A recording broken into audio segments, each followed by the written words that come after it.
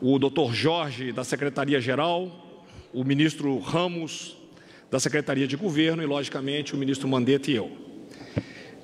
Começando, como sempre, com algumas notícias que foram realizadas de acontecimentos no dia de hoje, além daquilo que já foi anunciado aqui pelo pessoal da Economia e pelo ministro Onyx, foi antecipado para o dia 16 de abril a campanha de imunização contra a gripe para caminhoneiros, motoristas, transporte coletivo, forças de segurança, portadores de doenças crônicas não transmissíveis e funcionários do sistema prisional. O Ministério da Mulher, Família e Direitos Humanos vai transferir cerca de 40 milhões para o CONAB e para a FUNAI. E a CONAB distribuirá a cesta de alimentos para grupos vulneráveis e a FUNAI para indígena. Serão 161 mil comunidades beneficiadas em 25 estados. Hoje foram repatriados 768 brasileiros, sendo 434 da Bolívia, 243 de Londres, 60 da Argentina, 22 do Chile e 9 de Trinidad e Tobago, totalizando, no momento, um total de 11.235 brasileiros repatriados. Neste momento, eu passo a palavra ao ministro Ramos para fazer as colocações dele. Boa tarde, ministro Braga Neto, Mandetta, Wagner Rosário, Jorge. Eu inicio minhas palavras agradecendo o trabalho que a imprensa vem fazendo e aproveitando também a Secretaria de Governo. Ela é muito conhecida pela relação com o Parlamento, mas ela tem outras secretarias que estão voltadas diretamente para esse combate ao coronavírus. A Secretaria de Assuntos Federativos já existe na estrutura da SECOM. Ela vem sendo responsável, desde o início da crise, com a relação com os entes federados, com os governos estaduais e as prefeituras.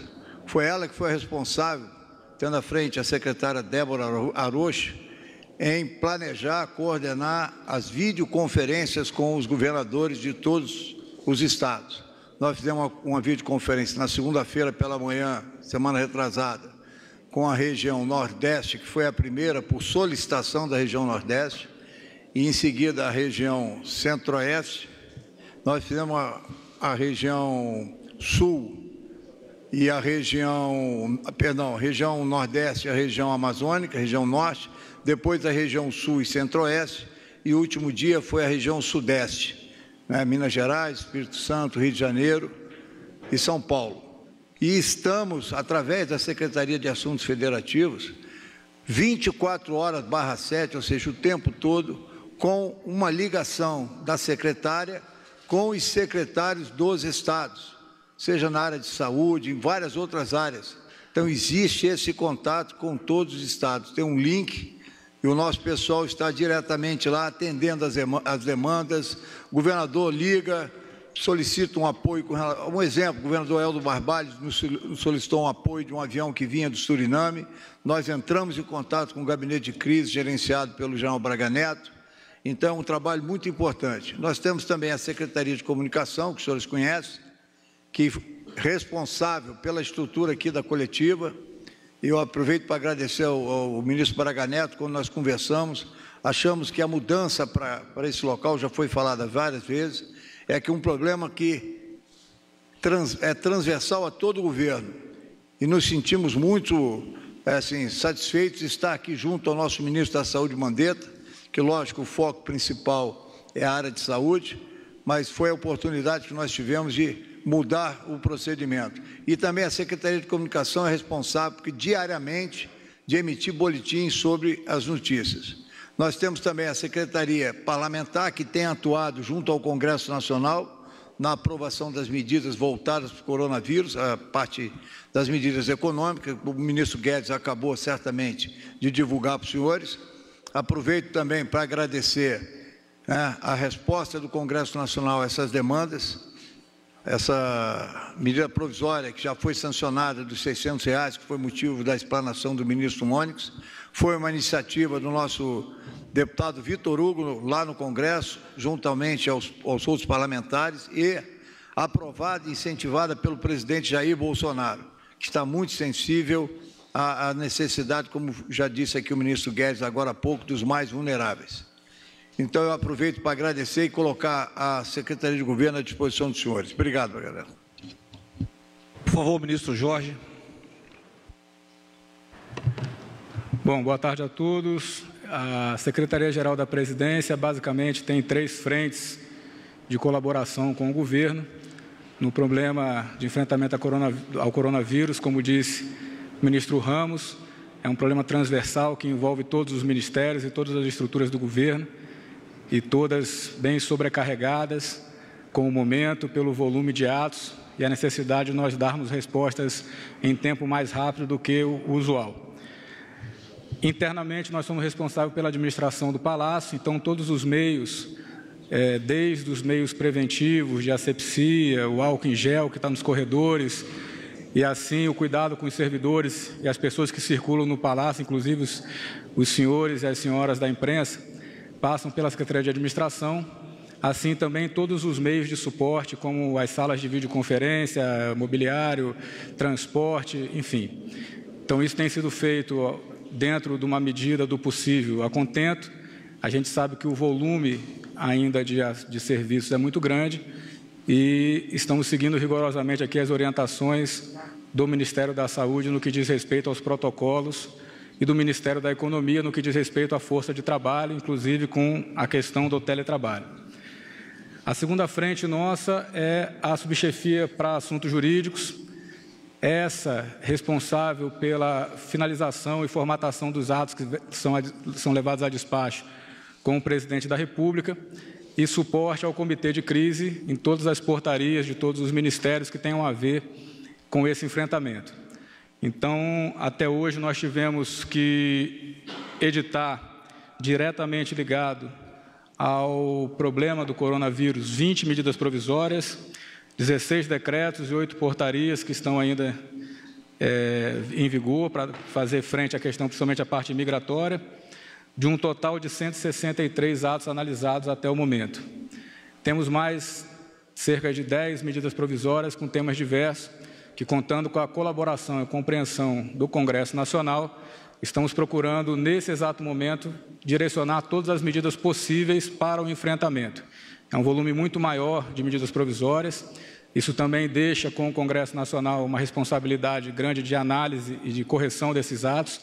A gente tem tido uma interlocução feita pelo ministro Ramos e a sua estrutura de apoio parlamentar, o secretário André Borato, tratando diretamente com os parlamentares e sensibilizando das medidas que nós estamos adotando, e também do Supremo Tribunal Federal, não só na pessoa do ministro Dias Toffoli, mais recentemente o ministro Alexandre de Moraes, e temos tido, de fato, uma compreensão do momento. Nesse sentido, a gente fica aqui também sobrecarregando a nossa terceira frente, que é a imprensa nacional. A imprensa nacional é o órgão responsável por dar publicidade e divulgação dos atos oficiais, para que eles possam ter validade no mundo jurídico. Com isso, nós aumentamos muito a quantidade de diários extras. Nós estamos com cerca de 88 diários extras e hoje teremos mais algumas edições extras do Diário Oficial, assim que o presidente autorizar algumas medidas que já estão prontas. Então, de modo que a Secretaria-Geral fica responsável, como falei anteriormente, pela administração do Palácio, pela parte de pessoal, pela análise jurídica e a imprensa nacional. Obrigado. Obrigado, ministro Jorge. Ministro Wagner do Rosário. Bem, boa tarde a todos, boa tarde aos colegas ministros aqui presentes, à imprensa. Bem, a CGU ela vem atuando dentro desse processo, dentro das suas missões de apoio que já presta diretamente ao governo. São missões que estão vinculadas à defesa do patrimônio público, ouvidoria, correição, transparência, auditoria e combate e prevenção da corrupção. Bem, dentro dessas áreas é bom pontuar algumas iniciativas que esclarecem aí a atuação ampla do governo em diversas frentes. Bem, em primeiro lugar, num trabalho conjunto com a Secretaria-Geral, com a Advocacia-Geral da União e o Ministério da Economia, houve edição tanto da Lei 13979, como também da MP 926, que trouxe algumas modificações nos processos de licitação. Nós temos os processos licitatórios, em média, eles duram 90 dias no governo. Por óbvio, nós não temos prazo para se contratar todos os itens a serem contratados em 90 dias. E se eu não vou cumprir todos os ritos, eu vou ter que simplificar esses ritos e deixar de executar algumas ações que normalmente são executadas. Então, praticamente todas as licitações elas estão sendo feitas por dispensa de licitação, A gente abriu a possibilidade de contratar até empresas inidôneas, ou seja, empresas, caso nós não tenhamos nenhuma outra empresa que forneça aquele bem e essa empresa estiver inidônea, ela vai ser contratada, porque aqui a prioridade é salvar vidas. Então, nesse momento, se abre essa oportunidade. A possibilidade de aquisição de equipamentos usados, corte da estimativa de preços, visto que os preços hoje em nada se assemelham aos preços normais, muito pelo contrário, são preços completamente divergentes da realidade e que, nesse momento, não há tempo para ficar se discutindo, visto que a gente não tem uma visão geral dos insumos que são utilizados e nem com a curva aí da oferta e da demanda devido à necessidade mundial desses produtos. Então, essa foi a primeira medida dentro da área de contratações. Dentro da área de auditoria, nós disponibilizamos uma equipe, tanto para o ministro, tanto para todos os ministérios, mas especialmente ao Ministério da Saúde, que é quem tem feito as maiores aquisições e quem está passando aí por maiores dificuldades. Basicamente, estamos levantando todos os riscos dessa contratação, ajudando o Ministério, tentando não criar nenhum tipo de problema para o Ministério, tentando evitar tanto problemas operacionais, riscos operacionais, mas também riscos de fraude, riscos de corrupção, tentando mitigar esses problemas. Então, tem sido um trabalho interessante, diferente, que busca aí trazer mais segurança nessas contratações que estão sendo realizadas. Na área de transparência, a gente está dando transparência total no portal da transparência a esses recursos. Nós já temos ontem mais 9,5 bilhões que foram liberados, mas até agora no sistema tem 5,49 bilhões liberados, 2,5 bilhões já foram empenhados. E quem entrar na página do portal da transparência, www.portaldatransparencia.gov.br, pode ter acesso às informações, tem logo um link ali do coronavírus, clicou, tem acesso aos gastos do governo de forma clara e diretamente à sociedade. Estamos lançando também na transparência um portal, hoje até despachei lá com o pessoal da área do Centro de Operações, aqui que está fazendo a gestão da crise, onde a gente vai concentrar todas as informações no único portal. Assim que esse portal já está pronto, assim que ele tiver com o endereço certo, a gente passa para a imprensa em geral. Bem, na área de correcional, editamos a MP 928, o presidente assinou, praticamente a gente suspendeu todos os prazos de sanção, prazos de processos disciplinares de sanção, tanto baseados na Lei 12.846, que é a Lei Anticorrupção, como também a Lei 8.112, que é o Estatuto do Servidor Público. Então, ali esses prazos eles estão suspensos, tanto os prazos do processo, quanto os prazos prescricionais que são decorrentes desses processos. Bem, na área de ouvidoria, dentro do Fala BR, que é o canal específico do governo, nós abrimos ali um assunto específico de Covid-19. Até a data de hoje, fechando antes da reunião, nós recebemos 4.100 manifestações. Essas manifestações, 54% estão concentradas em 4 órgãos do governo: Ministério da Saúde, Ministério da Economia, Ministério da Cidadania e ANAC. São uma série de manifestações, elas estão sendo utilizadas pelos gestores nas suas tomadas de decisão, e isso é muito importante. Lá o cidadão pode entrar, pode fazer denúncia, reclamação, sugestão e qualquer outro tipo. Então, atuando dentro das áreas específicas da controladoria, a gente vem procurando ampliar os dados para a transparência, procurando dar o máximo de acesso à informação, e também resolvendo os problemas relativos à área correcional e à área de maior segurança nas contratações públicas, visto que essas contratações tiveram suas exigências relativizadas nesse período de emergência, onde a prioridade nossa é salvar vidas e evitar maiores transtornos. Então, agradeço pela oportunidade, ministro. Senhores, com a palavra o ministro Mandetta. Muito bem. Boa tarde a todos nossos ministros, Wagner do Rosário, que tem feito trabalho muito próximo da saúde. Agradeço aqui nas inúmeras situações onde a gente tem que tomar decisões que são decisões numa margem de risco muito elevada, o mercado de aquisições está muito complexo de atuar. O ministro Ramos, que tem feito aí um trabalho de aproximação e articulação com toda a classe política, que está toda convergente em direção aos esforços. Agradeço aí a medida provisória que vem com a liberação dos recursos. Ministro Jorge, que cada vez que a gente manda para cá, ele mata no peito os textos e coloca no formato para a gente poder sair do outro lado. Sem ele, nada acontece, nada acontece. E nosso ministro Braga, que vem coordenando o nosso coordenação de crise. O momento continua um momento difícil em termos de abastecimento. Hoje a gente tinha uma expectativa que se confirmasse a aquisição dos respiradores, ventiladores por parte lá do Nordeste, lá da Bahia. E... Quer que eu aguarde? Tudo bem? Não, é por causa do ruído, acho que ficou ruim para os seus colegas, né? Tá? Não, mas tudo bem. Calma, está todo mundo um pouco estressado. Agora é momento de... Estou tomando bastante chá de camomila, tomem também. Então, nós não temos hoje, não confirmamos hoje no nosso balanço do que vai entrar de respiradores, o que vai entrar de material. Eu volto a repetir, a recomendação que a gente está fazendo agora de diminuição de atividade social, de dinâmica social, eu nem chamo isso de isolamento ou de quarentena, não é isso, nem é isolamento, nem é quarentena, isso é uma redução da atividade. É porque nós permanecemos um intervalo de tempo com a China fechada em relação às suas exportações para atender o seu mercado interno. Ela é o principal país que o mundo inteiro compra da China.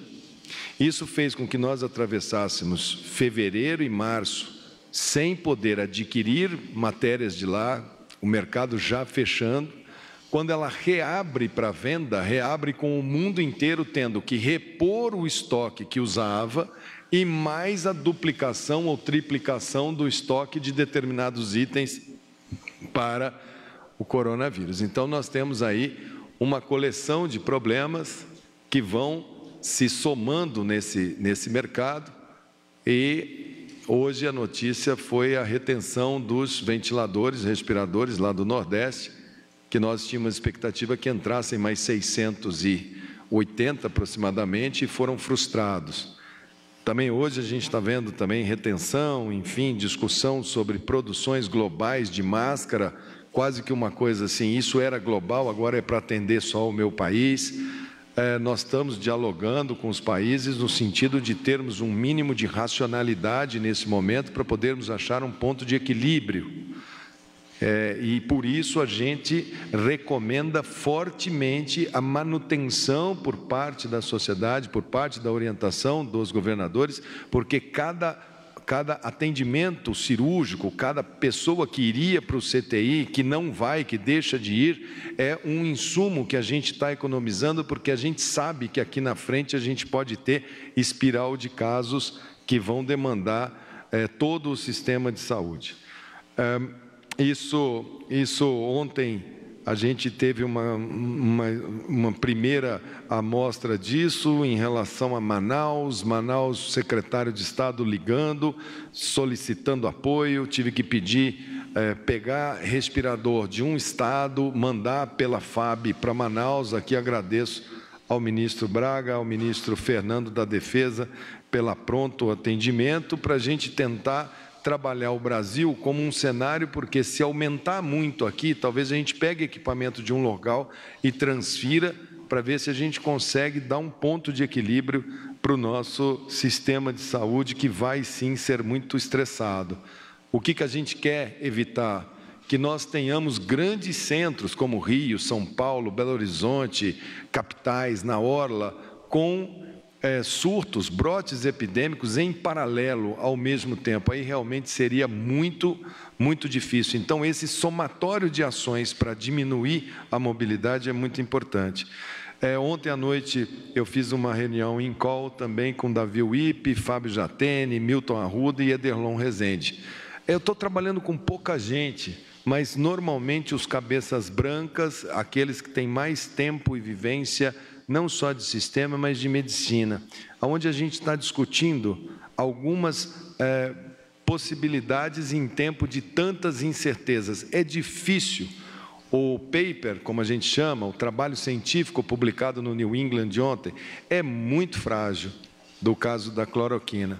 Mas a gente teve ali uma sensação de que, olha, o uso compassivo, que é só nos críticos, a gente divide os pacientes em formas leves, formas graves e formas críticas. Nós estávamos adotando para os críticos.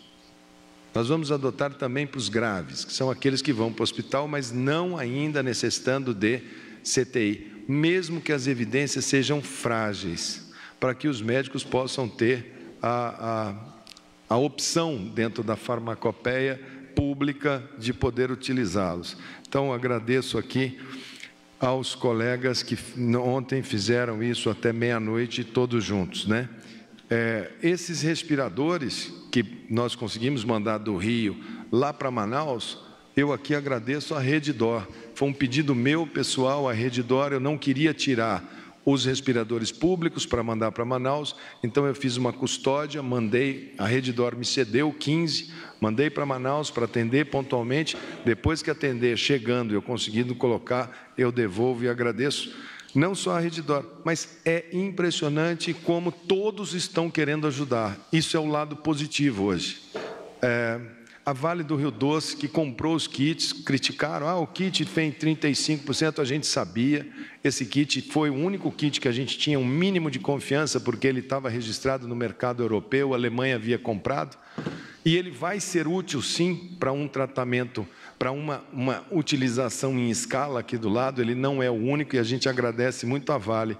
Mas hoje eu também pedi a Vale para entrar dentro desse mercado, porque a gente precisa de gente com perfil de iniciativa privada dentro da China para poder garantir que o que a gente comprou chegue no aeroporto, desembarace no aeroporto, coloque no avião e saia de lá, porque as vendas eventualmente estão caindo em qualquer fase dessa história. Está sendo um aprendizado muito grande sobre a reação humana nesses momentos em que todos querem o mesmo item, né? E um único país concentrou a produção desses itens.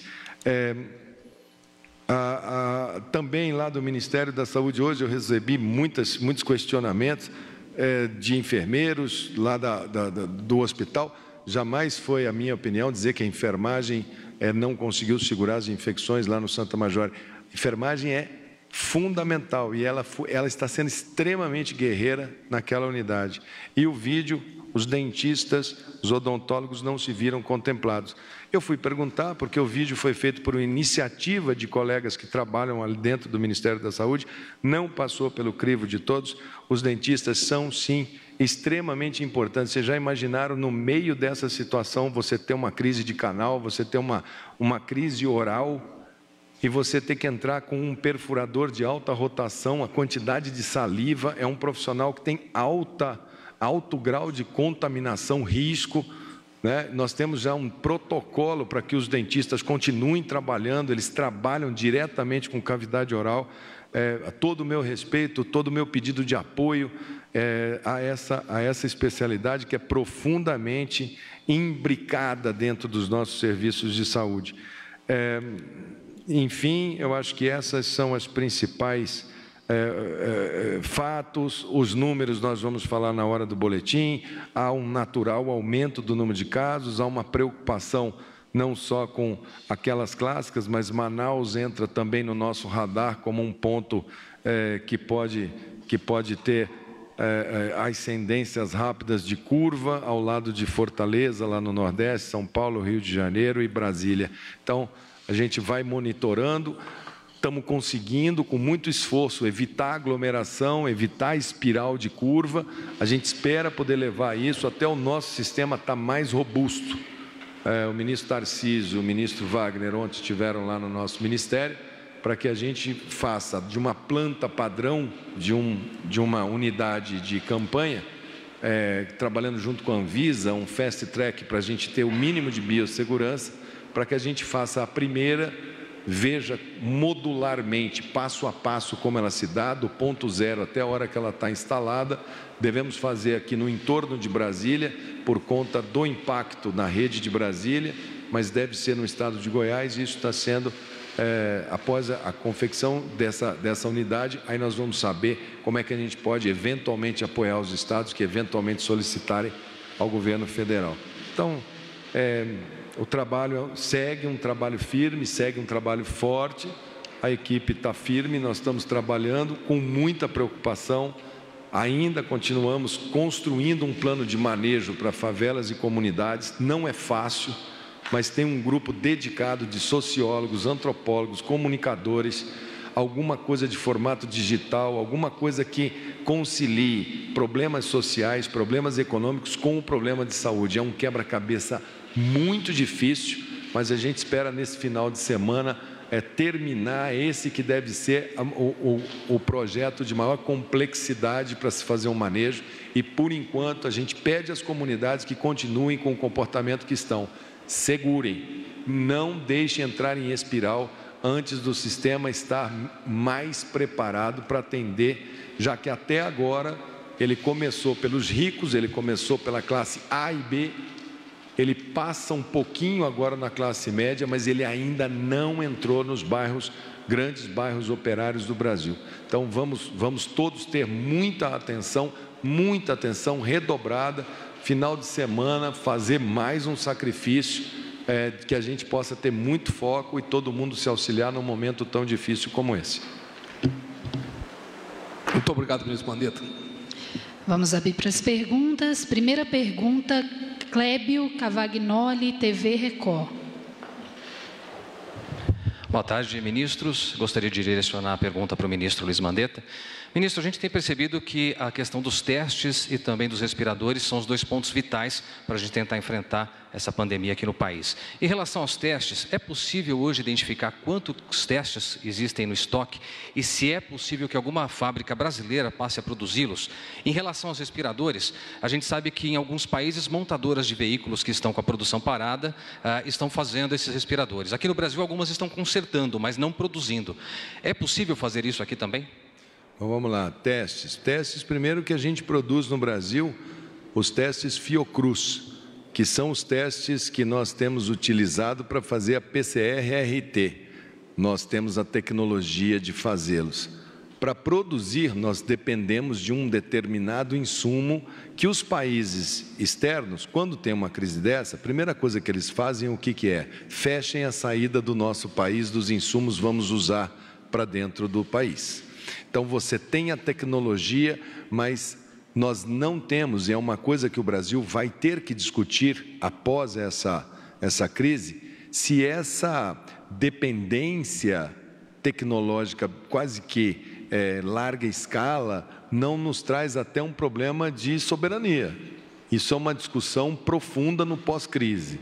Nós temos capacidade de produzir? Temos, mas temos a capacidade de produzir a parte das reações químicas? Não, precisamos importar. Segundo, a parte dos ventiladores. Fizemos o mesmo, tem um mês mais ou menos, 40 dias, grandes empresas brasileiras, Suzano, Positivo, já abrimos os respiradores, temos fábricas que produzem ventiladores aqui no Brasil, temos a TDK, temos a, como é o nome da outra, Gabardo? Gabardo lembra, acho que é W, não sei, enfim, são os nomes, elas produzem 300, 200, nós botamos gigantes nossa para falar, ó, vamos abrir, abre tudo, já fizemos engenharia reversa, já autorizamos que eles abram todos os, entre aspas, segredos, eventualmente, com confidencialidade. Agora, embora as pessoas imaginem assim, algumas simplistas, né, que chegam assim e falam assim, vamos pegar uma fábrica de aspirador de pó e vamos pôr ela para fazer um respirador, transformar. Não se faz um sistema de saúde assim, faça-se a luz, né? Magna média é a maior, que é a que está aumentada. Então, elas entraram, aumentamos ao máximo, estão trabalhando 7 dias por semana com grandes empresas nossas, que são fortes, são pesadas, a Suzano é muito grande, E estamos abertos. Se a Scania fizer, se a Coca-Cola quiser fazer, está tudo aberto, estamos disponíveis para fazer. Só que as pessoas querem assim, ela vai começar a fazer hoje, segunda-feira já vai ter, igual fazer geladeira. Infelizmente não é assim. E também tem o seguinte, não é um respirador só o que resolve, é um respirador com um conjunto de coisas que vão do lado. É monitor, é carrinho de parada, é desfibrilador, é vácuo, enfim, é uma parafernália. Ali você está lidando com o indivíduo na linha da vida com a morte. Então, ali você não pode improvisar, assim, falar assim, não tem esse parafuso, então põe essa gambiarra. Ali não tem motor de Fusca. Ali é ou não é. O que a gente está discutindo um pouco também é com a Sociedade Brasileira de Anestesia, junto com a da Intensivismo, que os carros de anestesia que existem, talvez sejam o aparelho mais próximo de um ventilador de suporte de vida avançado. Talvez alguma coisa ali a gente possa avançar e possa suprir um bom pedaço.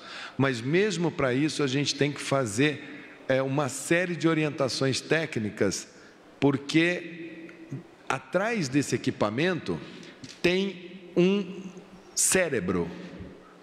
Saúde não são coisas, não é essa mesa, esse microfone. Saúde é o ar que está aqui, a gente não vê.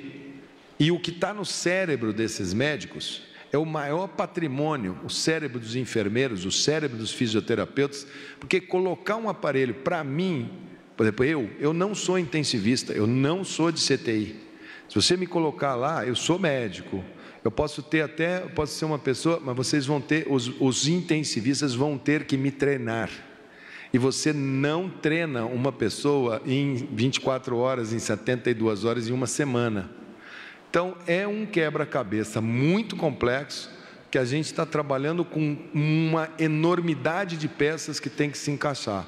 A gente está bem melhor do que muitos países, a gente está bem pior do que outros, a gente está ali no meio do caminho. Se a gente puder aumentar um pouco, o que a gente puder ganhar de tempo para melhorar o nosso sistema, tempo para nós brasileiros hoje é sinônimo de vida. Então, quem puder organizar o tempo está fazendo saúde nesse momento. Próxima pergunta, Natália Toledo, TV Globo. Boa tarde, ministros. Minha pergunta também vai para o ministro da Saúde, Mandetta. Ontem a gente recebeu a informação de que o primeiro caso, a primeira morte confirmada, teria ocorrido em janeiro. E hoje o Ministério corrigiu essa informação, uma morte em Minas Gerais, que na verdade foi em março. Pergunto o que aconteceu, qual é o desafio, os senhores falam do desafio da subnotificação, e agora em relação às notificações, como é que a gente garante a precisão dessas informações, e emendando para que não haja subnotificação, esse trabalho de teste, distribuição, além dos 500 mil que já foram anunciados, qual é a próxima programação? Vamos lá. Como que se dá entre a hora que um médico, um profissional de saúde, lá na ponta, lá no consultório, lá no pronto-socorro, enfim, aonde se dá, quando ele olha e fala assim, este caso pode ser coronavírus.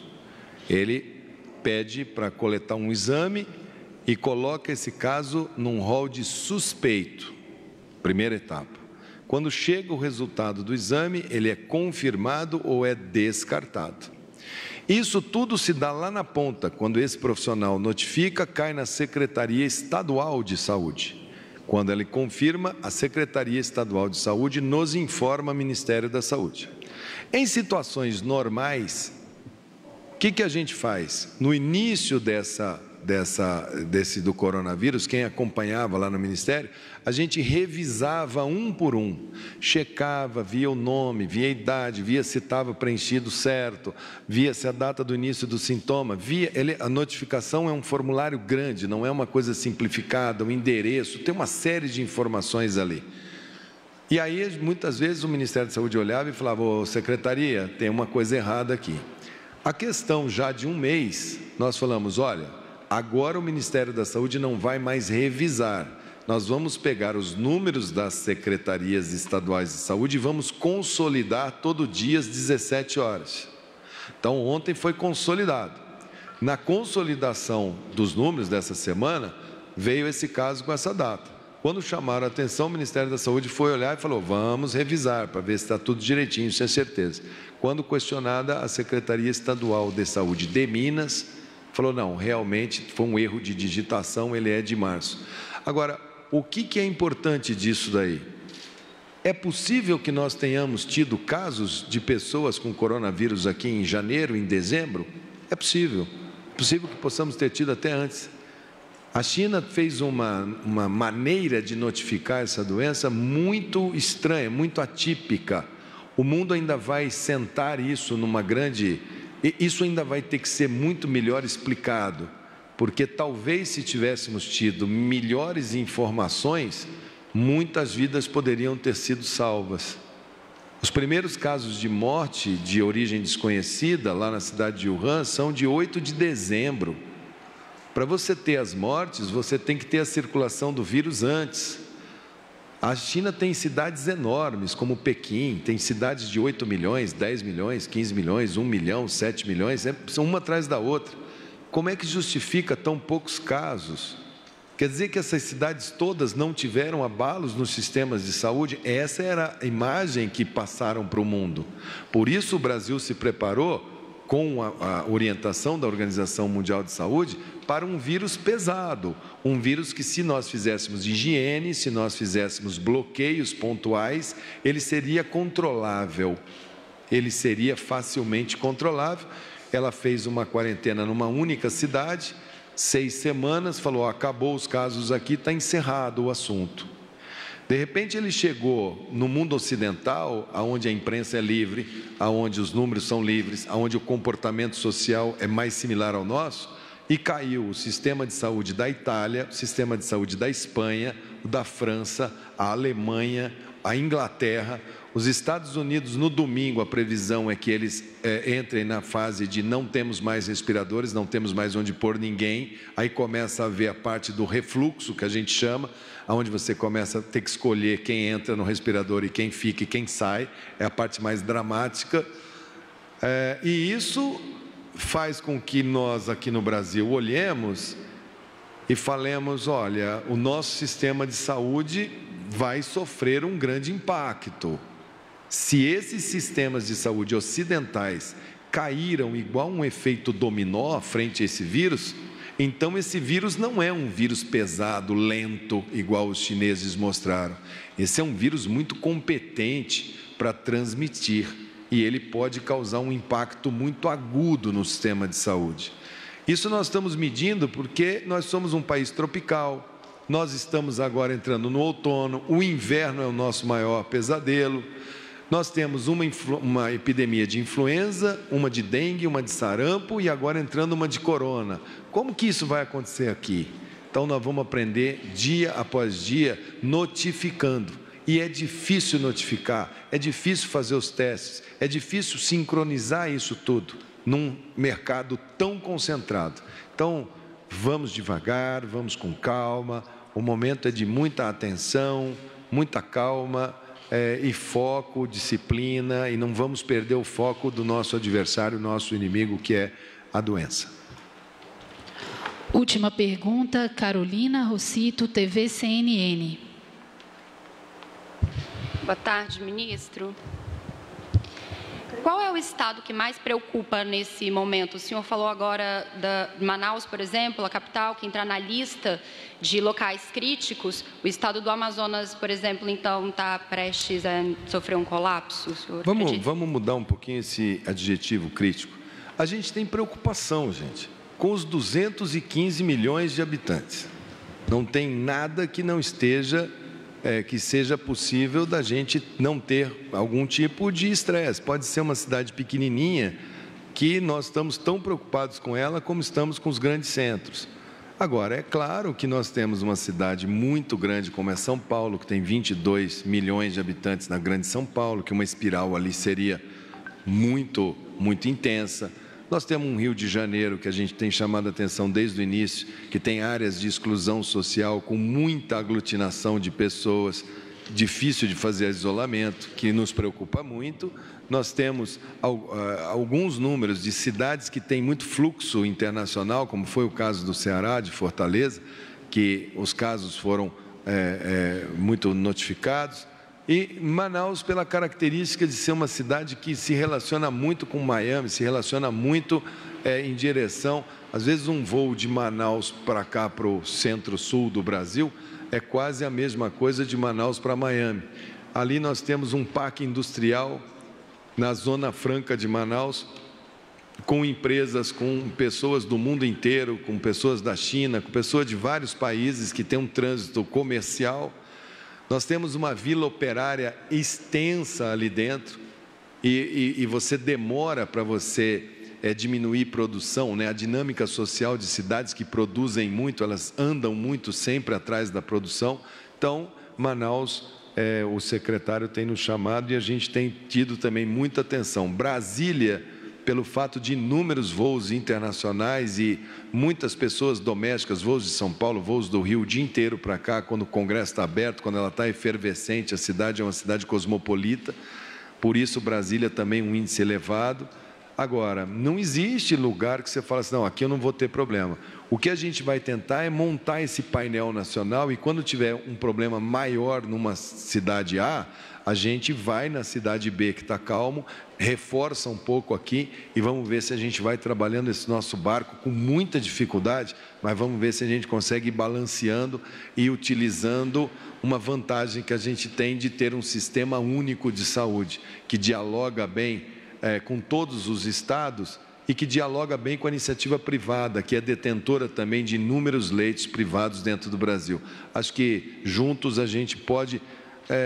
não existe superar sem dor. Serão semanas duras, serão dias difíceis. Nós não estamos aqui para tampar nenhum sol com peneira, não. Mas faremos isso com o máximo da nossa inteligência, com o máximo do nosso denodo, sempre pensando no paciente, sempre pensando na preservação do maior número de vidas e poupar o maior número de pessoas durante essa epidemia.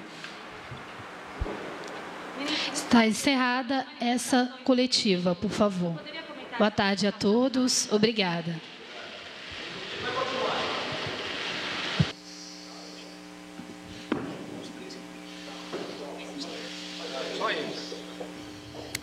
Tá, e, portanto, você acompanha ao vivo pela TV Brasil e também pelas nossas redes sociais, entrevista coletiva no Palácio do Planalto, onde são apresentadas informações e atualizações sobre as ações do governo no enfrentamento à epidemia de coronavírus no país.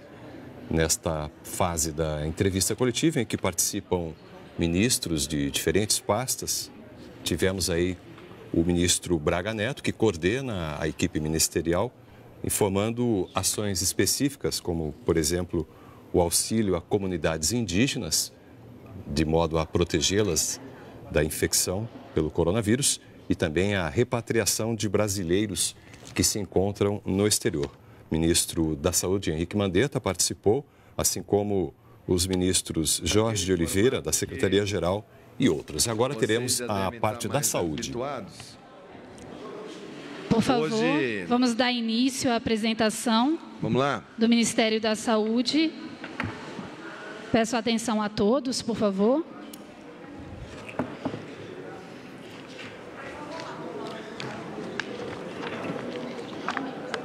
Eu não sei, estou sem... Vamos lá?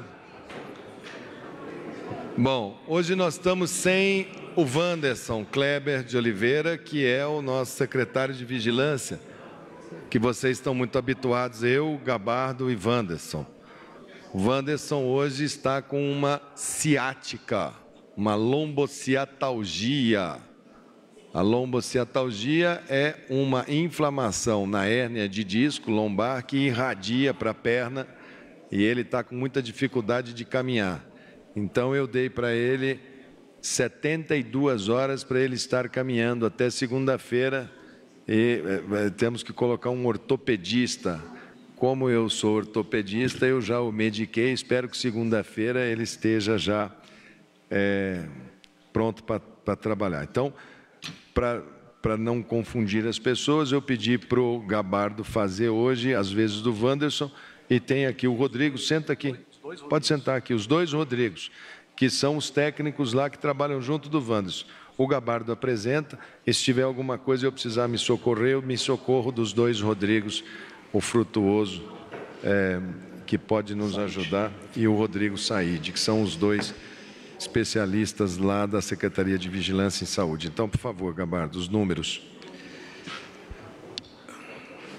Bom, nós hoje estamos com 9.056 casos confirmados, 359 óbitos e uma taxa de letalidade de 4%.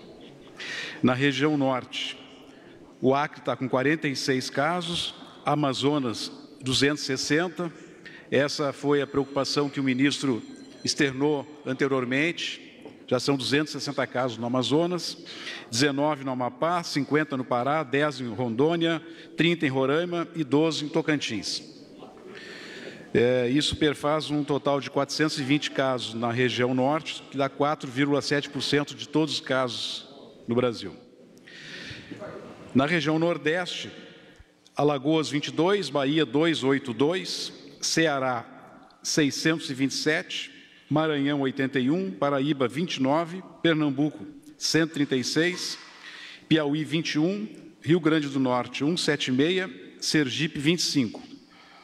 São 1.399 na região Nordeste, 15,4% dos casos confirmados no país.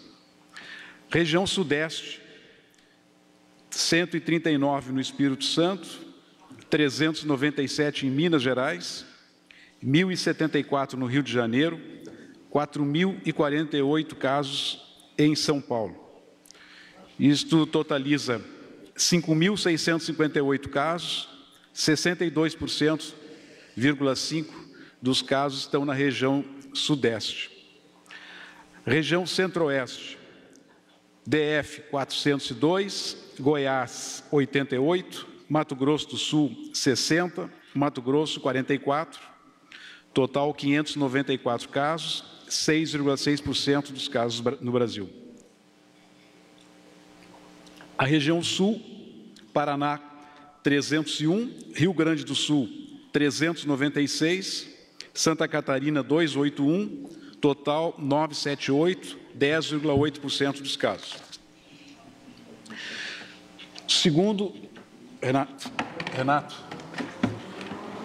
Aqui nesses números aqui, Gabardo, quero chamar a atenção lá na região norte, Manaus, como a capital ali da Amazônia, a quantidade de população indígena, a quantidade de indígenas que usam Manaus como ponto de apoio, barcos, e que vão e voltam dessas aldeias indígenas. Os indígenas têm uma relação imunológica muito ruim com o vírus dos brancos, dos vírus infecciosos. A história do contato brancos e indígenas, ela é uma história de páginas muito tristes da nossa história, desde os tamoios, desde a morte por sarampo dos tupinambás, dos tamoios ali em Anchieta, enfim, até os dias recentes. Então, é extremamente importante que aquelas ONGs, igrejas, enfim, que têm trabalho nessas aldeias,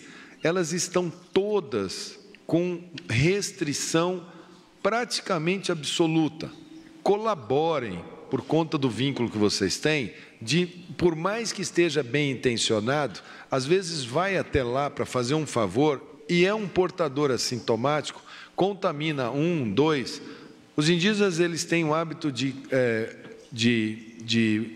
comunidades, de ocas comunitárias, e isso poderia fazer uma transmissão de muito difícil controle. Então, nós pedimos a colaboração de todos aqueles para que traduzam, para que os caciques, para que as pajés, os grandes lideranças indígenas dialoguem com as suas comunidades, expliquem o momento que estamos passando. Somos todos brasileiros, estamos todos nesse barco, e nós aqui no governo federal nos preocupamos extremamente com esse ponto de equilíbrio da saúde indígena. No Nordeste, chama atenção aqui Rio Grande do Norte, 176, Ceará com 627 e Pernambuco, 136. Hoje o governador falou, olha, teve respiradores retidos na compra, e informamos que todas as retenções de compras que tiveram feitas por estados e municípios estão todas liberadas para que os estados, não há nenhum óbice mais, foram levantadas todas. Nós fizemos num determinado momento que nós estávamos vendo respiradores saírem do Brasil em pleno momento que nós precisávamos reter. Então, aqueles que fizeram os seus processos não precisam se preocupar, todos eles vão dar as suas continuidades nos seus devidos aparelhos. Isso aí. E o meu Mato Grosso do Sul, com 60 casos, preocupa muito porque é um dos estados que tem o maior índice de ocupação de leitos de CTI e é um dos estados que iria receber CTIs e que não receberam por conta da falha de entrega. Então, nós estamos também muito atentos à situação lá no Mato Grosso do Sul. Gambaro. Aqui nós apresentamos a evolução dos casos notificados por dia. Nesse último dia, nas últimas 24 horas, foram 1.146 casos novos, e isso representa um acréscimo em relação ao somatório que nós tínhamos até ontem, de 15%. Portanto, um pouco abaixo daquela estimativa inicial de 33% de casos de acréscimo diário. Esses casos, nós temos hoje 1.146, num total de 7.910, que dá 15% de acréscimo nas últimas 24 horas. Lembrando que, quando a gente tem uma internação hospitalar, ou seja, quando não é um caso leve, ele vai para o hospital. Ele não vai tem duas maneiras que as pessoas chegam no hospital. Alguns que chegam em caso grave, porque tem alguma doença grave subjacente, já chega precisando do respirador. Mas a grande maioria chega por volta do 7º dia, 8º dia, e ali pelo 10º dia piora.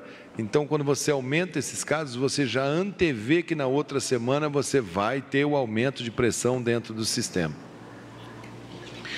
No próximo, nós mostramos a evolução dos óbitos também, a evolução diária. Nas últimas 24 horas, nós temos a notificação de 60 óbitos. Isso representa um acréscimo de 20%. São 60 óbitos num total de 299. 20% de óbito nas últimas 24 horas.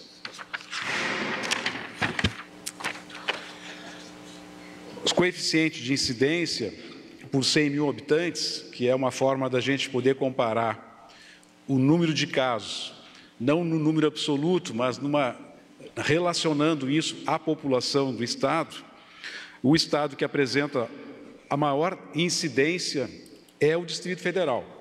Vocês vejam que a incidência nacional é de 4,3 casos, né, para cada 100 mil habitantes. O Distrito Federal apresenta 13,2 casos para cada 100 mil.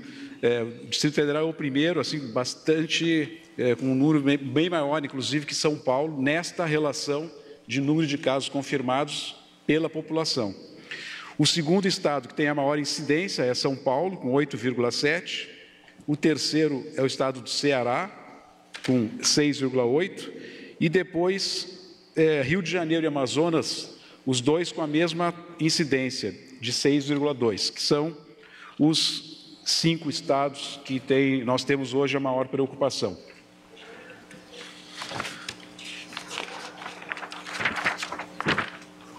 Em relação aos óbitos, dos 286 óbitos que já têm uma investigação concluída, dos 359, 286 já foram examinados e esses estudos já foram concluídos. Nós temos uma distribuição da data do óbito, né? O dia que a gente teve um número maior de óbitos foi dia 29 de março, com 32 casos. Depois, no dia 30, tivemos 31. Depois houve uma redução. Agora, esses últimos dias, esse número nunca é definitivo, porque nós podemos ainda ter uma informação atrasada de algum óbito que tenha acontecido anteriormente. E aí, no caso, a data que vai aqui não é a data da notificação, é a data em que ocorreu o óbito. Então, sempre pode ocorrer, ter uma alteração, uma atualização dessas informações nos dias anteriores. Em relação ao sexo, há uma relativa, um pouco mais de incidência no sexo masculino do que em relação ao sexo feminino, não é muito significativo. E em relação à faixa etária, que é o próximo slide, 85% dos nossos casos são pessoas com mais de 60 anos. Mais uma vez, reforço, pessoas acima de 60 anos são o principal fator. Às vezes a pessoa fala, mas tem que ter uma comorbidade. Às vezes tem, mas passou de 60 anos, ela vai aumentando. 60, 70 aumenta bem, de 70, 80 aumenta mais, acima de 80 aumenta muito. Então, hora de proteger avós, tia-avós, madrinhas, pessoas que nós queremos bem, e hora de avós, tia-avós, madrinhas, enfim, todos aqueles queridos saberem ser inteligentes. Muitos estão já conectados, é um ato de amor, é um ato de carinho agora, não puxar aquele neto para o colo, não dar aquele abraço, aquele beijo que a gente gosta de dar. Sei que é difícil, tenho netos, tenho um neto, minha mãe tem netos, bisnetos, e está sendo difícil para todo mundo, minha solidariedade, mas é um momento agora de que é um momento de preservação. Então, muito cuidado com o fator idade. E a questão de faixa etária, a gente vê que a doença associada, quando no jovem, quando o óbito no jovem, diabetes, cardiopatia, doença neurológica, doença renal, sempre uma doença associada naqueles abaixo de 60 anos e alguns poucos que não têm nenhum relato de doenças associadas. Então, vocês vejam que em número absoluto, o número de casos abaixo de 60 anos é pequeno. Abaixo de, entre 20 e 39, nós temos 13 casos. Abaixo de 20 anos, nós temos apenas um. Entre 40 e 59, 30 casos, e a grande maioria, 242, acima de 60 anos. Com essas comorbidades que estão relacionadas ao lado, a comorbidade mais comum é a cardiopatia, depois vem diabetes, pneumopatia, doenças neurológicas. Quando se compara essas comorbidades de acordo com a faixa etária, vejam que cardiopatia, ela apareceu em pessoas com menos de 60 anos, um número bem pequeno, são 9 pessoas abaixo de 60 anos que apresentam a comorbidade de cardiopatia. Obviamente, essa é uma comorbidade que é muito mais frequente nos idosos acima de 60 anos. Assim como a diabetes, mas a diabetes aparece já num número um pouco maior abaixo de 60 anos, mas a grande maioria também, 101 casos acima de 60 anos e 13 casos de diabetes abaixo de 60 anos. E assim aparece a distribuição de todas as outras comorbidades. Chama a atenção que, de todos os casos examinados até agora, 50 casos, ou seja, 17%, não apresentaram, nessa primeira análise que foi realizada, não apresentaram comorbidade. E que desses que não apresentaram comorbidade, apenas 30% tem menos de 60 anos. Ou seja, quem não tem comorbidade, a grande maioria dos óbitos sem comorbidade ocorreram na faixa etária acima de 60 anos.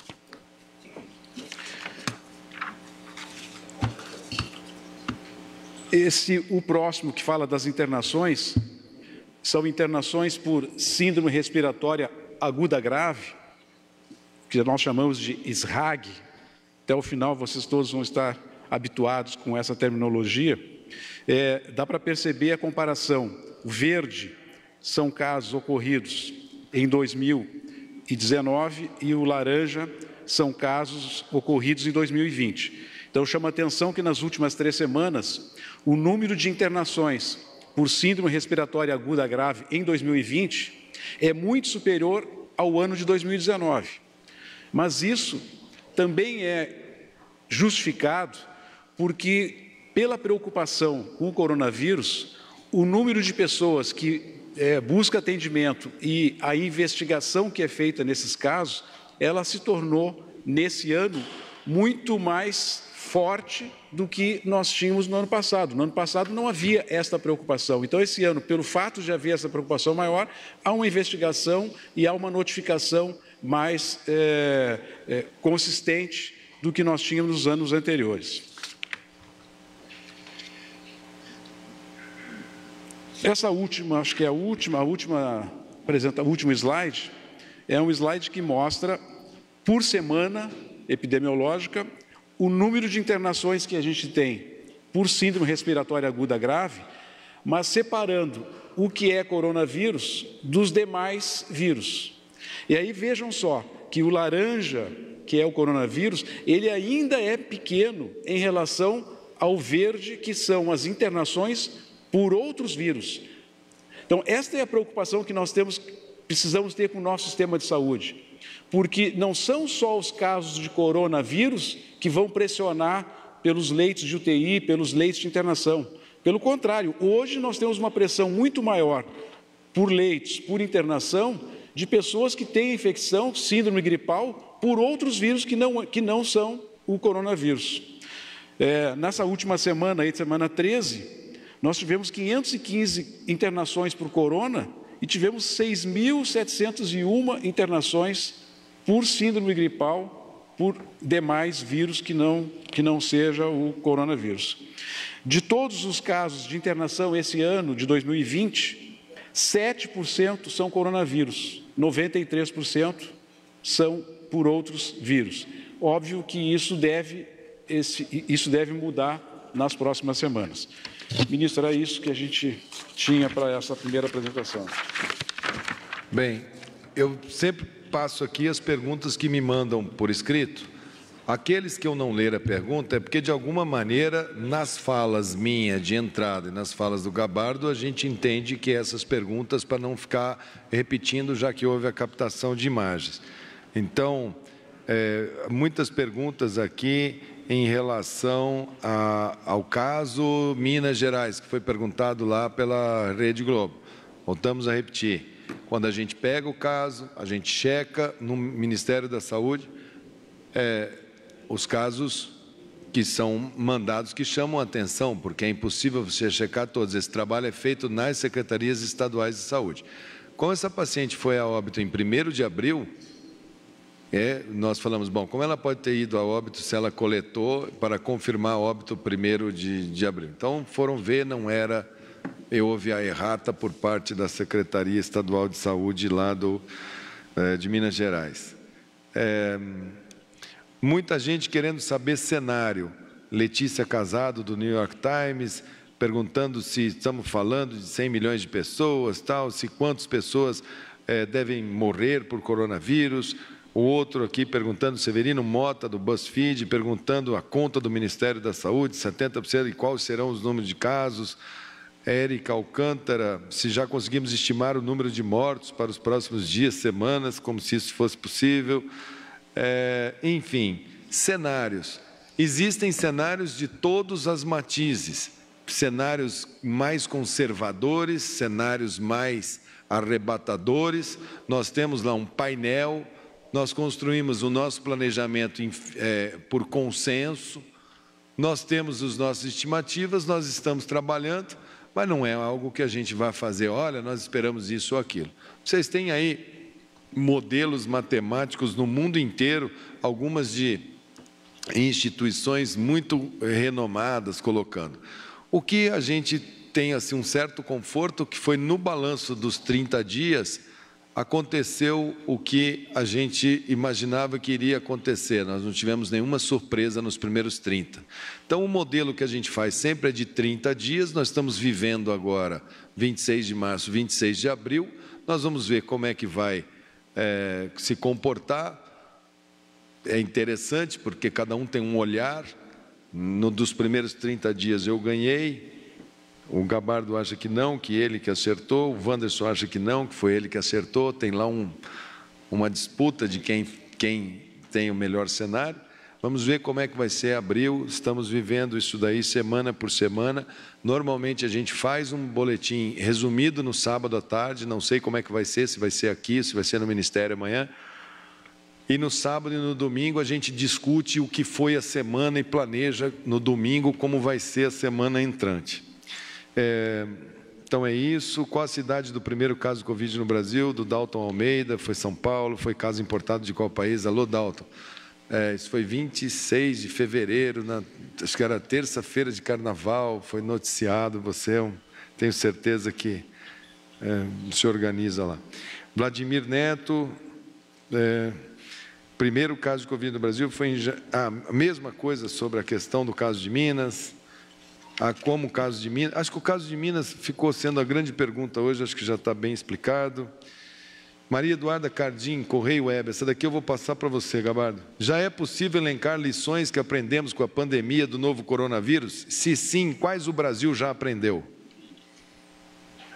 Essa é uma pergunta boa para o Gabardo. Essa é para explorar bastante, pessoal. Olha, eu queria começar respondendo isso aqui, analisando esse cenário que foi colocado na primeira pergunta, lá da Letícia, fazendo uma previsão até aparentemente otimista, né, de que se a letalidade cair de 3,5% para 0,1%, nós teríamos um cenário aí com pelo menos 100 mil óbitos no Brasil. Se na China tivesse ocorrido isso, de ter 0,1% da população indo ao óbito, a China, que tem uma população lá de quase 1,5 bilhão, a China teria que ter tido 750 mil óbitos. Se 0,1% dos chineses fossem a óbito, a China teria tido 750 mil óbitos. No entanto, a China teve pouco mais de 3 mil óbitos. Então, esse é um cenário que, para o Brasil, falar em 100 mil óbitos, nós não acreditamos que chegue nesse número. E vamos trabalhar muito para que isso não aconteça. A não ser que o número da China não seja um número que retrate a realidade. Isso daí as academias de ciência do mundo inteiro estão analisando e estamos vendo. Seja lá como for, nós faremos o máximo de transparência e o máximo de confiança nos nossos dados. Faremos isso com o máximo de pesquisa, o máximo de investimento para decifrar esse caso. Agora, realmente, um país de 1,5 bilhão de habitantes falar que teve 3 mil óbitos de uma doença que parece que está causando isso daí é realmente digno de muitas perguntas. O que mais que nós aprendemos? Que esse vírus se transmite de uma forma muito mais intensa do que nós imaginávamos e que a gente é muito mais competente para fazer a transmissão, e o número de casos de pessoas assintomáticas ou com sintomas leves é muito elevado. E qual que é o risco disso? A possibilidade que, ocorrendo o encontro das pessoas, a possibilidade de transmissão, mesmo de pessoas assintomáticas ou com sintomas muito leves, ela é muito intensa.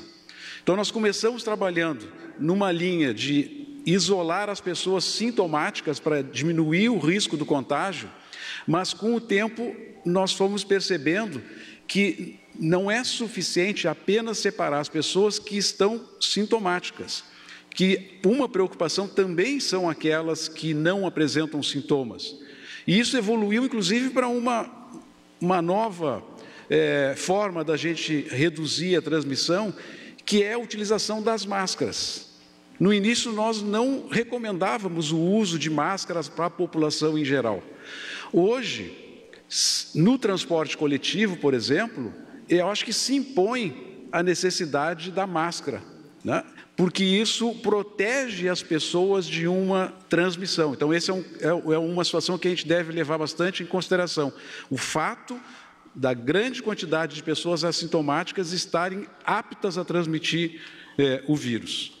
Eu acho que era isso, ministro, do que a gente vinha trabalhando e que nós aprendemos com a evolução da doença foram essas questões. E uma coisa que é muito importante no aprendizado, o aprendizado sobre a doença no indivíduo, ele vai aumentando. Agora, esse vírus, ele é muito duro para o sistema de saúde. Ele derrubou o sistema de produção de insumos em saúde no mundo. E isso está fora das fronteiras do Brasil. Nós temos hoje uma delicada situação internacional em que um clima de quem pode mais chora menos, um clima de eu vou exercer o meu poder financeiro pesadamente para organizar o meu sistema logo, tem pairado no mundo de uma maneira que nós vamos precisar uma moderação, um entendimento, para que a gente possa, que cada país ultrapasse com o máximo de dignidade essas situações. O Brasil tem um sistema com uma musculatura razoável, regular, mas é lógico que nenhum sistema está pronto para um ataque em massa, e temos países que têm sistemas muito frágeis. O que ocorreu essa semana no Equador, com as imagens que todos viram, nos assustam, porque um país com um sistema de saúde extremamente frágil aqui dentro da América do Sul. Nós temos ainda outros países vizinhos, que são países carentes, que são países com sistemas extremamente frágeis. Nós temos um continente africano aqui do lado enorme. Isso nós vamos ver quando chegar no Oriente Médio, quando chegarem naqueles países.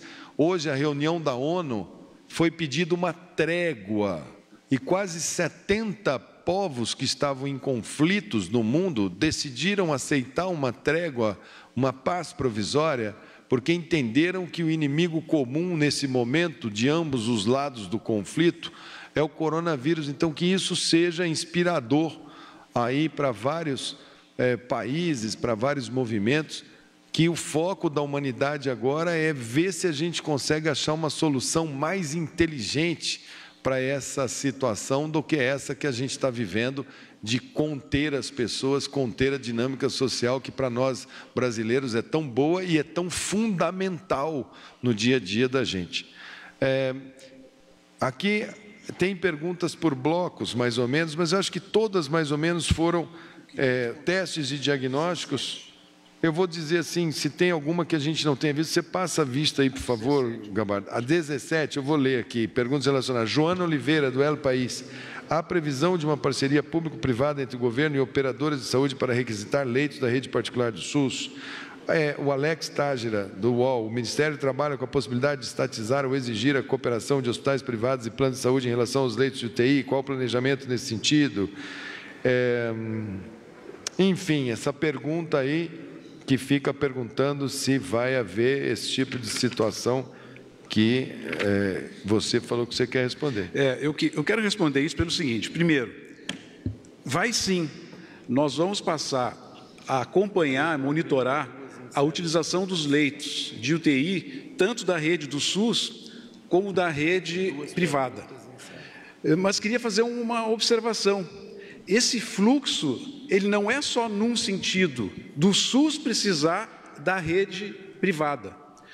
Em alguns lugares, nesse primeiro momento, em que a incidência da doença está ocorrendo em faixas sociais mais elevadas, está existindo o contrário. A rede privada também está precisando do Sistema Único de Saúde. E essa parceria, ela é importante que ela aconteça.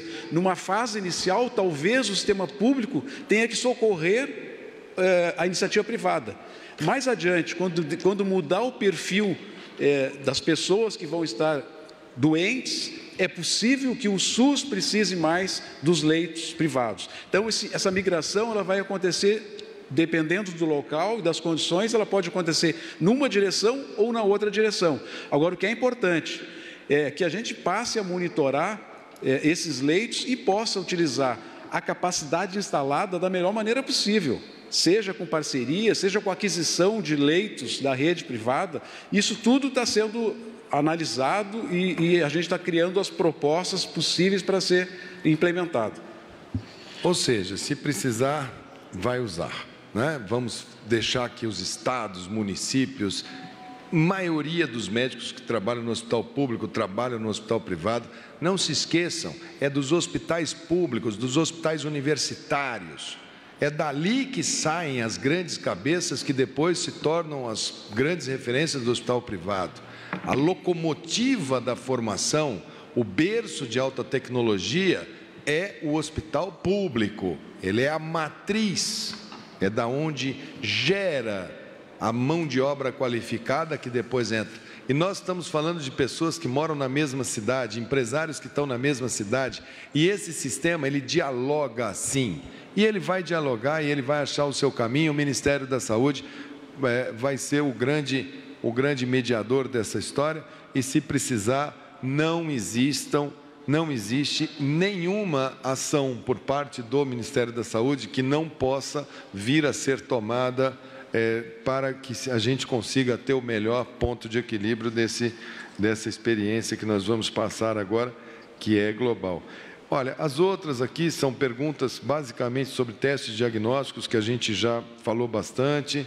A pergunta dos outros aqui de assistência hospitalar e leitos, número de leitos. Eu acho que leitos a gente deve começar a abrir uma melhor... A gente, na segunda-feira, vai trazer um novo formato de vocês verem leitos que nós temos, leitos adquiridos, leitos ocupados, necessidade de ampliação, um grande painel que a gente está trabalhando.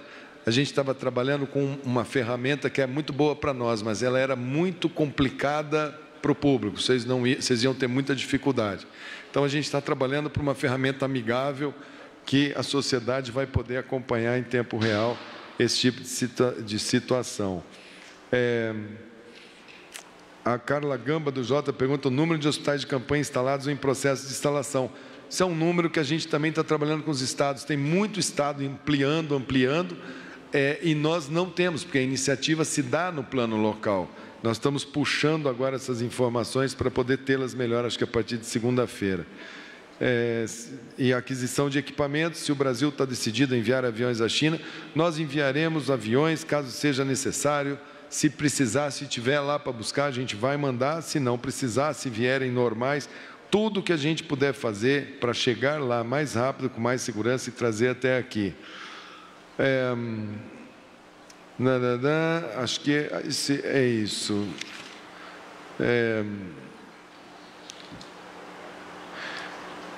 Natália da Folha, valores distintos sobre qual o valor correto total da aquisição de EPIs e respiradores que deve ser feita pelo Ministério, pelo planejamento até agora? Isso aqui é a típica pergunta que eu só posso mandar, Natália, por escrito. Então, eu vou pedir para que o Roberto, lá do Departamento de Logística, mande, porque ela é muito específica, eu não tenho os dados aqui. Enfim, acho que é isso. Amanhã sim, eu só não faço o balanço com vocês aos domingos. A única coisa que eu não sei é se esse balanço vai ser feito aqui, nós vamos ver aqui com o gabinete de crise, se aqui vai estar em alguma situação de limpeza, alguma coisa. Lá no Ministério a gente sempre faz por videoconferência, talvez não tenhamos a presença de vocês, aí é mais uma questão de sabermos onde vai ser. Agora eu passo aí para a nossa moderadora para a gente responder duas perguntas sobre essa parte de saúde. Ministro, boa noite. Carolina Videla, da TV Band. A gente está com o Brasil Urgente ao vivo agora com o Datena e está chegando muita mensagem das pessoas preocupadas com a situação, com a sua relação com o presidente Jair Bolsonaro. Diante de tudo que a gente viu nos últimos dias e especialmente ontem, na manifestação do presidente, o senhor disse que está trabalhando, fazendo o seu trabalho. Há alguma chance do senhor deixar o cargo nesse momento, ministro? Tem alguma mensagem para tranquilizar a população que está confiante, até muita gente está confiante no trabalho que está sendo desenvolvido, mas há chance do senhor deixar o Ministério ou a sua relação realmente está estremecida com o presidente? Obrigada. Não. Eu tenho 31 anos de medicina. A gente se prepara para cuidar de pacientes.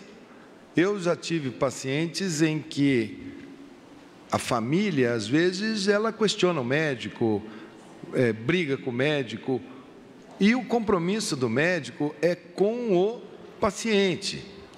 A gente entende que, às vezes, a notícia não é boa, às vezes a maneira que a gente transmite a notícia pode ser uma maneira que a família não gosta. Quantas vezes eu já passei por isso, de ter que voltar e falar, puxa, mas a família não gostou de uma notícia que eu dei e eu preciso recompor. Isso é natural, e o paciente agora é o paciente Brasil. E é normal que muitas pessoas que estão em torno e que têm um amor profundo ao paciente Brasil, como é o caso do presidente Bolsonaro, se preocupem e questionem e vejam quais são as alternativas. Mas o que eu vejo é uma vontade muito grande de acertar, uma vontade ainda muito grande de acharmos o caminho todos juntos para irmos com esse paciente a um porto seguro, vamos assim dizer. Então, da minha parte, isso é muito tranquilo. Eu entendo que as reações são assim. Não é nada desconfortável. Assim como as pessoas, às vezes, veem o médico quando estão convalescentes e falam, esse é o melhor médico do mundo. Eu melhorava muito na minha casa, quando a minha mãe, quando eu era pequeno e estava ali com uma febre, minha mãe falava, o doutor Edgar vai vir te ver. Eu já achava que eu ia melhorar. Ele entrava na casa e eu achava que eu estava cuidado. E essa relação hoje, que por vias tortas, não programadas, acabou tendo em relação à minha pessoa, acaba trazendo espaço para esse tipo de situação em que uma preocupação de qualquer outra pessoa, eu não sou o dono da verdade, eu simplesmente estou vendo um paciente, estou dizendo, olha, esse caminho aqui é um caminho que eu acho que pode ser um caminho que eu vou procurar com os máximos de colegas da ciência. Mas é normal também, às vezes, você chega num médico, o médico fala, olha, esse teu caso é um caso para cirurgia, eu acho que eu tenho que te operar. Aí você fala, eu quero escutar uma segunda opinião. E aí você tem um segundo médico que chega e fala assim, olha, esse caso seu eu não opero, eu trato conservador. O resultado que eu espero é esse, o outro é esse. E o paciente, ele manifesta qual é a sua vontade em termos de qual tipo de tratamento, se é cirúrgico, se é um tratamento conservador. Isso é possível. Nós não temos uma fórmula pronta para esta epidemia, porque o mundo não tem. Existem aqueles, eu vejo muito gestores experimentados, com muita vontade de participar, fazendo leitura assim, olha, isso aí tudo está errado, vamos fazer assim, vamos todos trabalhar e vamos nos contaminar todos em bloco, tal. É uma conduta, se está certa ou está errada, cabe ao paciente, que no caso é representado pela presidência, falar assim, olha, essa conduta pode ser uma conduta interessante. A minha, nesse caso, como eu vi a queda do sistema de saúde de Nova York, como eu vi a queda do sistema de saúde da Califórnia, como eu estou vendo da Itália, como eu estou vendo da Espanha, como eu estou vendo França, como eu estou vendo Inglaterra, como eu estou vendo os países ali vi o Irã. A minha é de cautela, eu não acho que nós sejamos melhores que Nova York, que a Itália, que todos que passaram por isso na marcha acelerada tiveram, em algum momento, situações de colapso. Isso é um tratamento mais lento e que tem reflexos na economia. E nós não somos insensíveis a esse tratamento, isso é um efeito colateral desse tratamento. Principalmente para o brasileiro mais carente. E eu acho que é em nome desses que o presidente muitas vezes se movimenta. É o cara do espetinho, é o cara disso, é o cara da economia informal, é o cara da microempresa. Para isso, o remédio são políticas sociais que estão sendo aprovadas. Me parece que o Brasil é um dos países que mais tem aprovado medidas sociais para que as pessoas atravessem esse momento. Então, eu acho que todos queremos o mesmo objetivo. A imprensa quer o mesmo objetivo, a ciência quer o mesmo objetivo, os políticos querem o mesmo objetivo. Às vezes, temos visões diferentes de como atingir esse objetivo. O que eu estou vendo no nosso painel de situação mundial, eu tenho trazido aqui e tenho compartilhado com o país. porque eu acho que é a única maneira de todo mundo ter os números que possam raciocinar junto com a gente e trazer soluções para esse problema. Temos aqui uma série de ações de governo que são do governo do presidente Jair Bolsonaro. Nós temos ações da área de infraestrutura, da área de logística, da área de defesa, da área de relações internacionais. Por isso esse formato ampliado não é só saúde. Saúde é uma pequena parte desse quebra-cabeça. Talvez a mais sensível, porque ela lida com o maior patrimônio de uma nação, que é vida, a vida do cidadão. Então, quem lida com vida, talvez nessas horas ganhe uma importância muito grande. Isso não vai demorar. Em saúde, a gente é muito habituado ao término do tratamento. Às vezes, a gente tem que fazer um procedimento duro, e a pessoa sai e fala que não foi bom, que, eu sarei, mas a injeção foi dolorida, doeu demais, eu sarei, mas a conta foi cara. Isso é típico. Para nós da saúde, a gente trabalha com um diapasão focado. Quanto a eu deixar o governo por minha vontade, eu tenho uma coisa na minha vida que eu aprendi com os meus mestres. Médico não abandona paciente, meu filho. Eu já cansei de terminar plantão na minha vida, e o plantonista que tinha que chegar para me render, para eu poder ir embora, não aparecer por problemas quaisquer, e eu ficar 24 horas dentro de hospital. Eu já passei Natal dentro de hospital com filho pequeno em casa e mulher esperando. O foco é no serviço, o foco é no trabalho. Então, esse paciente chamado Brasil, quem me pediu para tomar conta dele nesse momento é o presidente. E eu tenho dado para ele todas as informações e entendo os empresários que queixam a ele, entendo as pessoas que veem o lado político e colocam a ele, entendo as pessoas que gostariam que essa solução fosse uma solução rápida. Olha, pegue uma fábrica que faz aspirador de pó, como um dia alguém falou para mim, e inverte o tubo e põe para ventilar. Faz um sistema de saúde em uma semana, vamos fazer um prédio, põe todo mundo lá dentro. Saúde não é assim, saúde não é coisa, saúde não é concreto, saúde é perfume, saúde é ar. Quando falta ar, é que a gente se dá conta que ele existe. É uma coisa que a gente usufrui enquanto a gente está aqui, e ninguém está vendo que aqui tem oxigênio nesse local.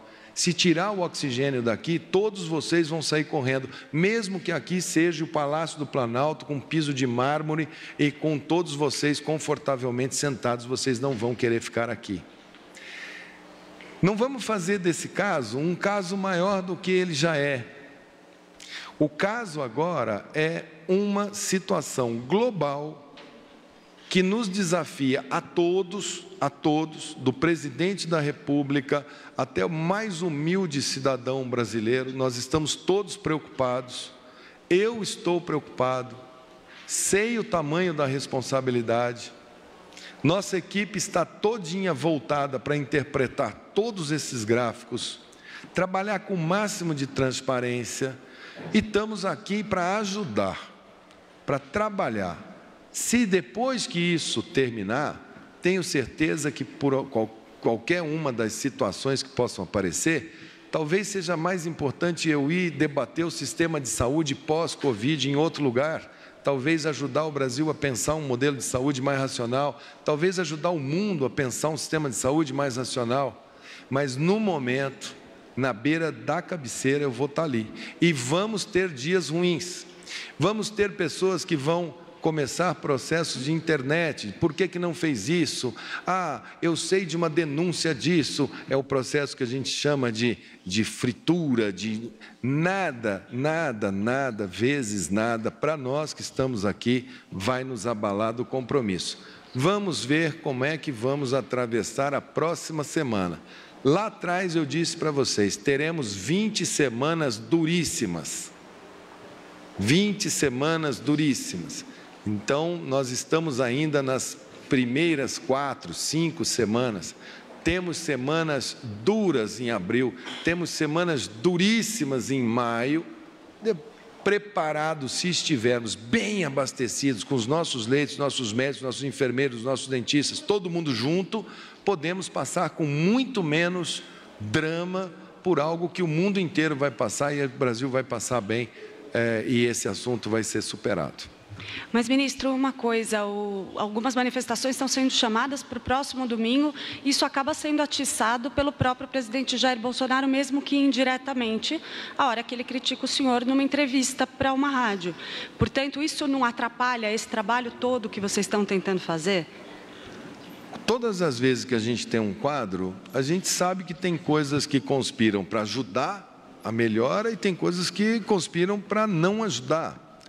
Às vezes a gente está ali na beira do leito do nosso paciente, comemora que um examezinho melhorou hoje, acho que ele está melhor, vai dormir feliz e chega lá amanhã de manhã e fala, ixi, olha, piorou de novo. A gente vai vivendo um dia de cada vez. Como vai ser o comportamento dos brasileiros nesse final de semana, eu não sou autoridade nacional para coibir, nem sou, não estou aqui para ser o gestor das vontades das pessoas. Nós estamos numa sociedade democrática, tem leis sobre isso. Como que as pessoas vão se comportar? As pessoas, elas são donas do seu destino, individual e coletivamente. Se esse destino vai ser pautado por vamos fazer um efeito manada, vamos todos à rua, fazer uma grande manifestação, vamos insuflar, vamos nos abraçar e vamos fazer um carnaval fora de época. Eu sei que é duro lá para Campina Grande, para Caruaru. Como é que vai ser? Como é que vai ser a quadrilha? Como é que vai ser a Páscoa esse ano? Como é que vai ser o coelhinho da Páscoa? Não vai ser igual os anos que passaram? A gente vai ter que e outra, não adianta também na primeira semana que a gente está enfrentando, na segunda semana que a gente está enfrentando a situação, a gente já chegar e falar assim, não vou não, chega, para mim está bom, já deu, vamos deixar acontecer. Eu estou alertando, nosso estoque está baixo, nós estamos vendo hoje uma predação dos estoques. A gente espera na semana que vem voltar aqui e falar, confirmou, a compra firmou, o fornecedor entregou, nosso estoque está subindo, nossos respiradores estão chegando, nossos médicos estão mais organizados, a enfermagem está melhor organizada, os hospitais de campanha estão melhor instalados, o plano de comunicação está melhor, o manejo social. A gente vai chegar num momento que a gente vai falar assim, ok, vamos começar a nos movimentar. Mas a gente tem condicionantes para isso. Eu acho que enquanto a gente não tiver essas condicionantes minimamente atendidas, é muito temerário perguntar para alguém que tem todos os números que nós temos, todas as informações que nós temos, que são compartilhadas com todos os ministros, com o presidente. Aqui são as informações que nós temos, os números estão lá, estão para todos. Aí é uma questão de saber cada um como interpretar esses números e para onde que a gente vai juntos, né? Acho que é isso aí. Ministro. Olha, nós recomendamos que as pessoas, todas elas, atendam às recomendações dos governadores dos seus estados que têm os melhores números e os melhores indicadores para propor as suas medidas. Que cada um faça aquilo que a sua consciência e aquilo que é uma situação que está aí.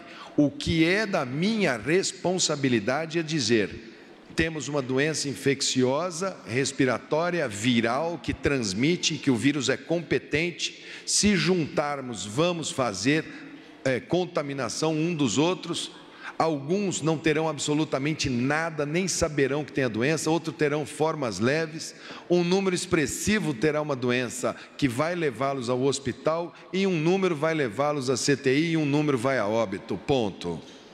No momento não tenho vacina, ponto. No momento não tenho um remédio que eu possa acreditar que usando esse remédio em larga escala eu consiga tratar. Ponto. No momento não tenho testes que eu consiga fazer na velocidade que eu poderia imaginar um país dessas dimensões para correr atrás do paciente contaminado. Ponto.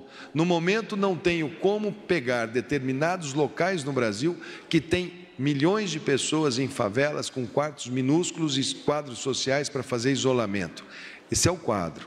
E tenho um mundo inteiro correndo atrás dos mesmos equipamentos e mesmos materiais.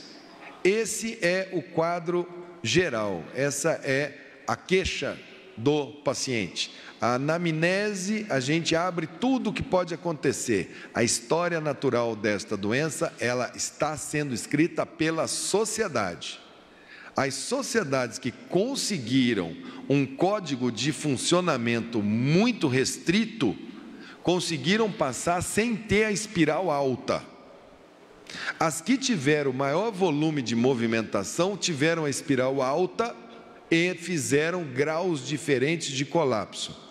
Quando se faz o colapso, a economia sofre muito mais do que quando se controla.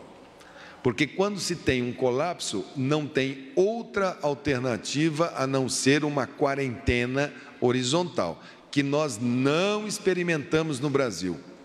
Não experimentamos no Brasil.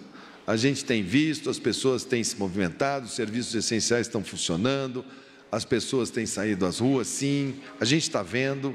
Tem prefeitos que falam, eu vou largar de mão, tem governadores, a gente está vendo. Nós tivemos uma redução muito expressiva. E talvez isso é que esteja segurando esses casos que a gente está vendo, 15%, 16%, 20%, o gráfico está mantendo.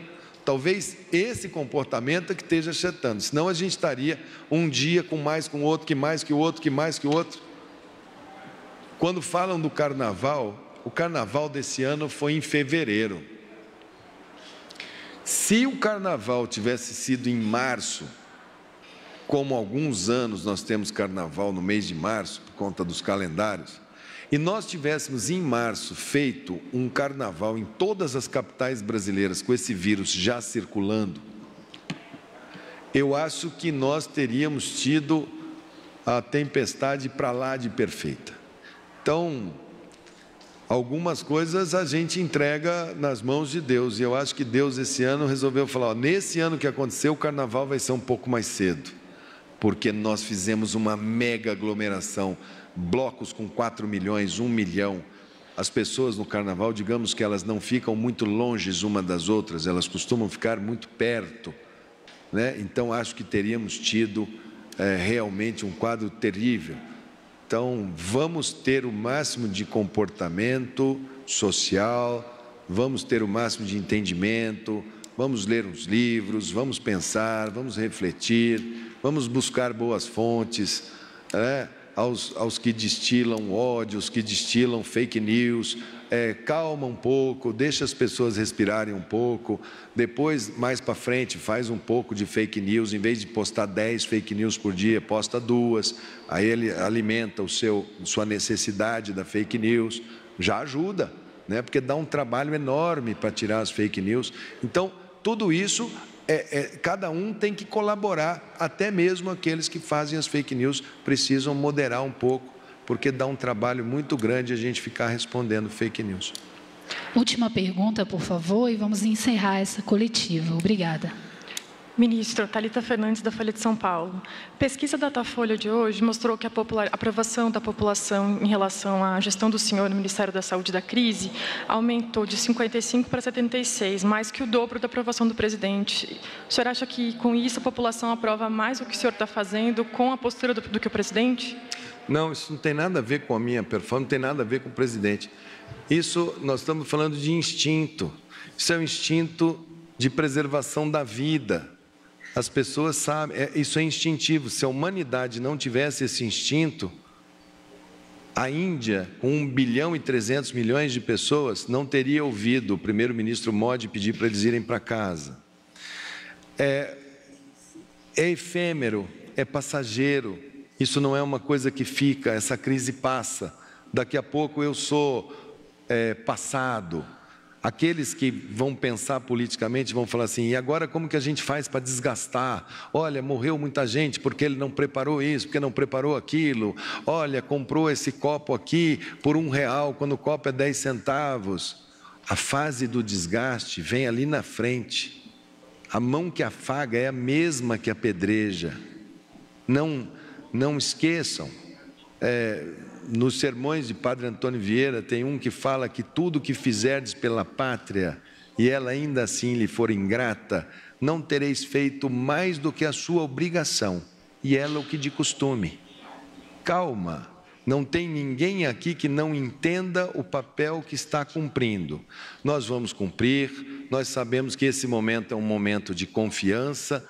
No dia que forem os dias duros, será um momento de descrédito, será um momento de raiva, um momento de ter que ter uma rejeição a alguém. Vai haver o momento da transferência da culpa. O momento da transferência da culpa normalmente é para a equipe de saúde, é para a equipe médica, é para o enfermeiro, é para o médico. Nós sabemos, nós estamos preparados para isso. Não tem ninguém que não saiba como que funciona a reação das pessoas. Nós vamos atravessar isso com o máximo de foco, disciplina, ética e ciência. Essa vai ser até o fim o nosso mantra. O que tiver confirmação científica, o que a gente puder abrir para vocês, isso vai ser assim. Mas números, pesquisas instantâneas não querem dizer absolutamente nada. Nós não somos uma ilha, isso aqui é parte do governo do presidente Jair Bolsonaro. Se eu estou aqui é porque ele me nomeou, se eu permaneço aqui é porque ele tem a caneta para me manter aqui ou para me tirar daqui. Se o Gabardo está aqui do meu lado, os dois Rodrigos, o Wanderson, é porque eu tive liberdade para montar a equipe. E talvez isso seja também um ponto positivo, que é uma equipe muito madura. É um pessoal que já trabalhou. Eu falo que o Gabardo é o nosso marujo mais velho lá. Tem muita cicatriz, tem muito talho no rosto da gente, tem muita já vitória e muita derrota quando a gente fala de saúde. Aqui não tem ninguém que vai ficar nem um pouco animado e nem um pouco deprimido com o que vai acontecer. A gente sabe o que vai acontecer e a gente vai trabalhar na realidade. E vamos caminhando, vai um dia de cada vez. Segunda a sábado, 5 horas da tarde, nós vamos dar os números. Domingo a gente descansa, é o dia de dar uma resetada. E podem contar que a gente está aí. Enquanto for da vontade, enquanto a gente for útil, né, enquanto tivermos um problema dessa magnitude, vai que a gente encontra uma solução rápido, é ótimo. E aqueles que querem ajudar, aqueles que têm ideias diferentes da gente, tem muita gente que tem ideia diferente, vai no Ministério da Saúde, pega um avião, é prerrogativa, tem uns que são deputados federais, pega um avião, vem aqui no Ministério da Saúde, a gente abre os números, discute com a equipe, mas vamos fazer isso dentro da ciência. Achismos, essas coisas assim, são muito difíceis para nós. A minha impressão é assim, não, consenso, ciência, disciplina e foco. Um dia de cada vez. Hoje não é um dia que a gente tenha que comemorar nada novo, é um dia que a gente tem que reforçar. Permaneçam, fica em casa esse final de semana, não saia, tenha paciência. Agora, quero sair para dar uma caminhada, estou com criança pequena, é importante tomar um pouco de sol, vitamina D. Me ligou hoje um médico de 90 anos de idade, falou: filho, vitamina D, um pouco de sol, ventilar, super importante, uma caminhada, fazer um pouco de exercício respiratório, abrir a casa. Isso é importante. Aglutinar e todo mundo para o mesmo point? Não, faça isso com muita parcimônia. Guarde uma distância de 2,5 metros, 3 metros das pessoas. Faça isso de uma maneira pontual. Desestressou um pouco, volta para casa. Vamos trabalhar com o máximo de inteligência. E cidades que podem ter spinning, a gente fica monitorando através do Centro de Operações de Emergência, para a gente ver como que vão se comportar esse final de semana. Algumas nos preocupam, nós já colocamos aqui. Acho que por hoje está bom, por hoje é só, e vamos trabalhar, amanhã a gente coloca. É aqui, amanhã é só o boletim aqui às 17 horas. Obrigado. Obrigada, ministro. Está encerrada essa coletiva. Em instantes, daremos início a uma nova coletiva com a equipe do Ministério da Economia. Obrigada a vocês.